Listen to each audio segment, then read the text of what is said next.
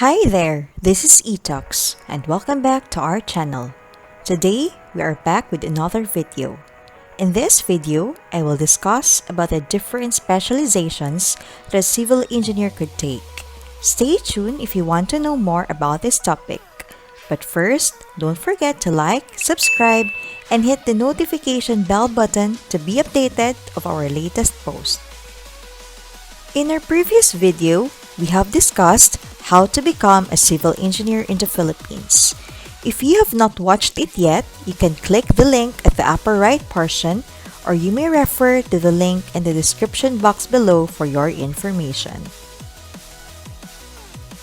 A civil engineer performs engineering duties in planning, designing, and overseeing construction and maintenance of building structures and facilities such as roads, railroads, airports, bridges, harbors, dams, irrigation projects, pipeline, power plants, water and sewage system, waste disposal units, and other civil engineering structures. From this definition, it can be derived that civil engineers have a wide range of works. That is why there are different specializations so that one, if he wants to, could focus on one track and to become more knowledgeable and efficient on that specific track. A civil engineer can specialize in several different civil engineering branches. Here, we'll look over some of the main ones. Structural engineering. This branch of civil engineering encompasses the structural analysis and design of structures. It is the responsibility of the structural engineer to analyze and design a structure that will safely bear or resist the stresses, forces, and loads. The design must satisfy the project specifications while meeting all safety regulations. The structure must endure massive loads as well as natural disasters and climate changes. Structural engineering involves the design of small and large structures to ensure they can withstand the stresses and pressures of their environments and remain safe for use throughout their life cycle. An understanding of building physics and statistics are required along with the local building design codes to work in the discipline. Key tasks of structural engineers include preparing reports, designs, and drawings, making calculations about loads and stresses, selecting appropriate construction materials, providing technical advice, obtaining planning and/or building regulations approval, liaising with several professional staff such as architects, monitoring and inspecting work undertaken by contractors, administering contracts, managing projects, and inspecting properties to check conditions or foundations. Geotechnical engineering. In geotechnical engineering, the engineer studies soil, foundations, and bearing capacities. The engineer will study the behavior of the earth materials and how they will affect a structure that is to be constructed. Geotechnical engineering deals with the design of a structure's foundations. This means knowledge of geology is acquired along with an understanding of the properties of clay, silt, rock, snow, and sand are incredibly important. Some typical tasks associated with geotechnical engineering include slope stability assessment, evaluation of landslides, rockfalls and avalanches, as well as performing numerical calculations to assess the load-bearing capacities of soils and rock. Environmental engineering.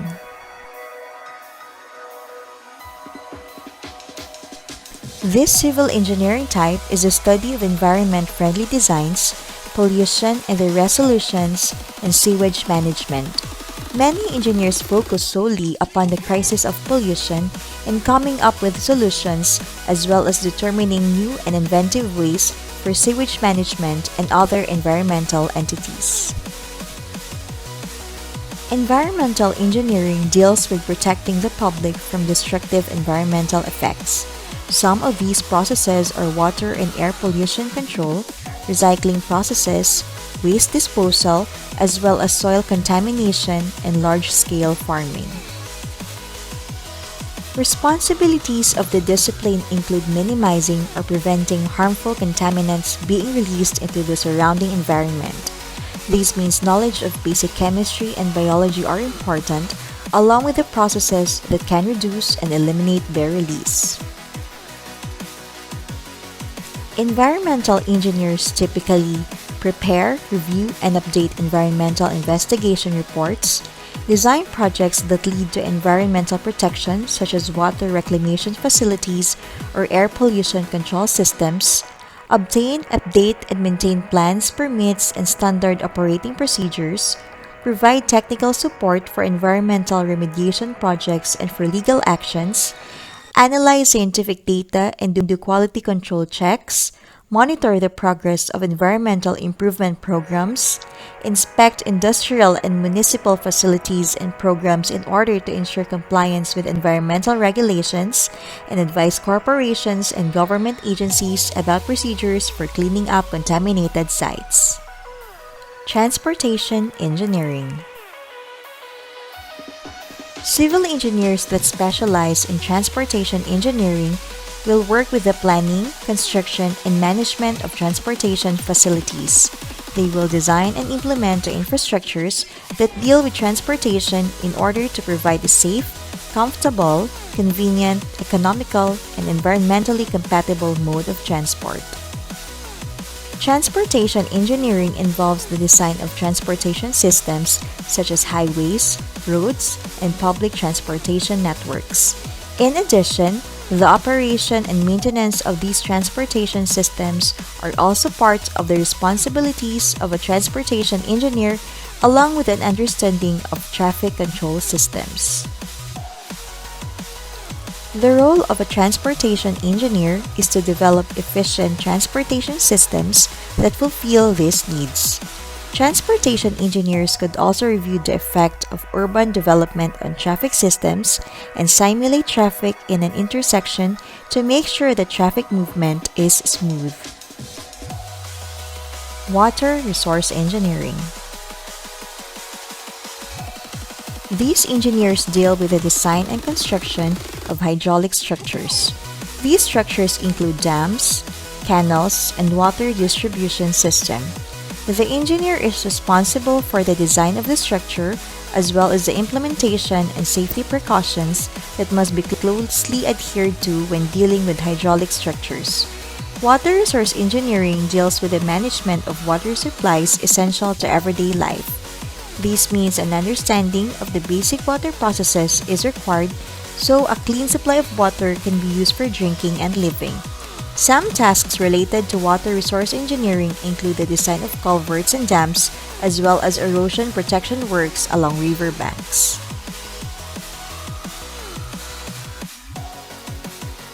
Earthquake engineers study the seismic forces and earthquake-resistant structures. In regions that are known for seismic activities, engineers must design and construct structures based on how well they will react within an earthquake situation. Earthquake engineers investigate the reasons why infrastructures and buildings fail during earthquakes and then apply their knowledge to planning, designing, constructing, and managing earthquake-resistant structures and facilities. Material engineering. This branch of civil engineering deals with the study of material strength, properties of materials used in construction, and ceramics. These engineers will determine the best possible materials to be used for a project based on that project's specifications. Materials engineers use their expertise to produce specifications for, design, process, and apply materials effectively. Materials engineers need sound scientific and technical knowledge as well as commercial awareness. Materials engineers are specialists in the science and engineering of materials. They evaluate materials and develop machinery and processes to manufacture materials for use in products that must meet specialized design and performance specifications and develop new uses for known materials. Construction Engineering. This civil engineering branch deals with the planning, construction, and maintenance of structures. Construction engineering is the planning and execution of designs from site development, environmental, structural, transportation, and structural engineers. They must ensure that the plans that have been designed by other engineers are implemented to their exact specifications. Construction engineers will supervise field work during the entire project. They are, in a sense, a cross between an engineer and manager, as they will oversee the project from start to finish and handle any problems that come up throughout the duration of the project. Construction engineering involves the planning and management of the entire construction process. This includes the logistics of scheduling workers using software such as Microsoft Project, equipment, and materials throughout the life cycle of a project, which can be anything from a highway to a high-rise building. Construction engineers oversee the design and implementation of large building projects. They also assist in maintaining infrastructure systems such as roads, dams, water supply systems, and buildings. Knowledge of construction processes is required to work in this field, along with the business, management, and economic sides of a construction project. Surveying.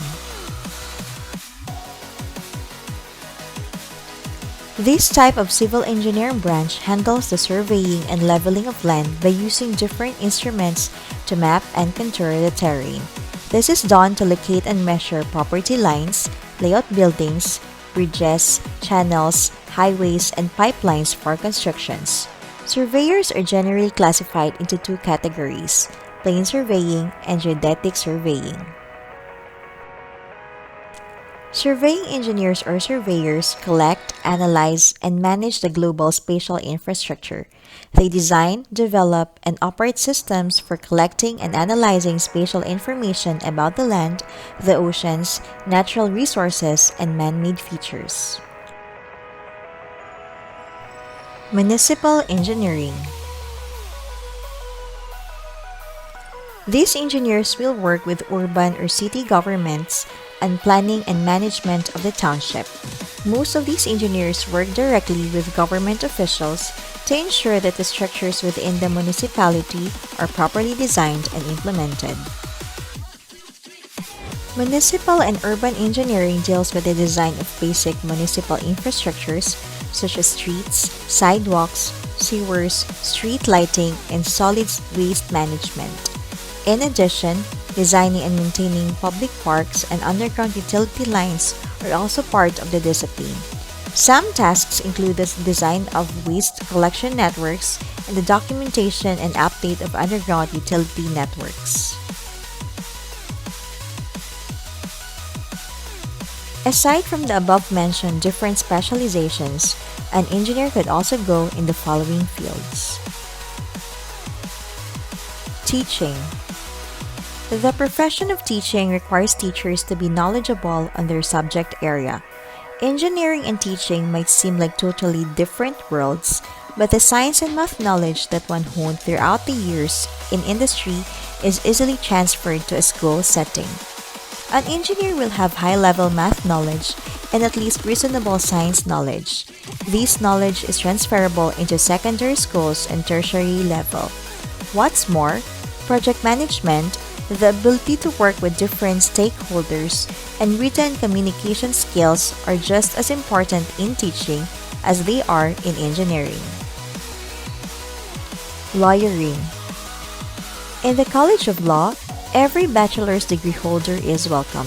It does not discriminate on the pre-law degree that you have. If you are an engineer, there is no reason to fret. The lessons and habits learned in engineering school are still critical when you enroll in law school. While law school seems to be a totally different world on the surface, it actually isn't. All the numbers, formula, analysis, and solutions in engineering have something to do with the study of legal principles and regulations. Engineers, as trained in engineering school, are bound to think logically. This skill could be really handy in law school since legal analysis follows a very logical progression. But unlike in engineering where they are in numbers form, law school needs you to explain your logic elegantly in words. Public servant. Many engineering students choose to become civil engineers because of the fundamental impact the profession has on people's daily lives. However, most do not realize that their chosen profession demands not only an obligation to public service, but also a responsibility to their community and to their local government. It is a legal and moral obligation of civil engineers to ensure that the safety and welfare of the public are maintained. The political process of making lasting changes to improve public safety has often required reviewing recent trends, modifying current regulations, or formulating new laws. These laws address the real-world application of a civil engineer's technical work and therefore are vital to the effectiveness of the civil engineering profession. Input from civil engineers can help develop good ideas into new projects. Technical advice can make a difference in obtaining funding approval. Some legislators do not have the educational background or experience to always make informed decisions on complex scientific, engineering, or technical issues. That is why a public servant who is knowledgeable in engineering would be helpful. Vlogging. In a world of internet and technology, one could easily become a vlogger. A vlog is designed to share experiences, thoughts, and ideas with an audience. It is a form of communication which is used to engage an audience in a personal fashion. YouTube is also a great platform to share one's knowledge, insights, and advocacies in order to reach a wider audience. Engineers can create videos that are highly educational for those studying math and science at college and university, or for those who just want to freshen their knowledge of any topic. Not only can YouTube be used to discover smart, educational, and interesting channels to learn new things from, but it can also be used to remind fellow engineers of topics they previously studied and inspire them to achieve great things in life. A civil engineer may advance into supervisory positions, taking complete charge of a construction project as project engineer.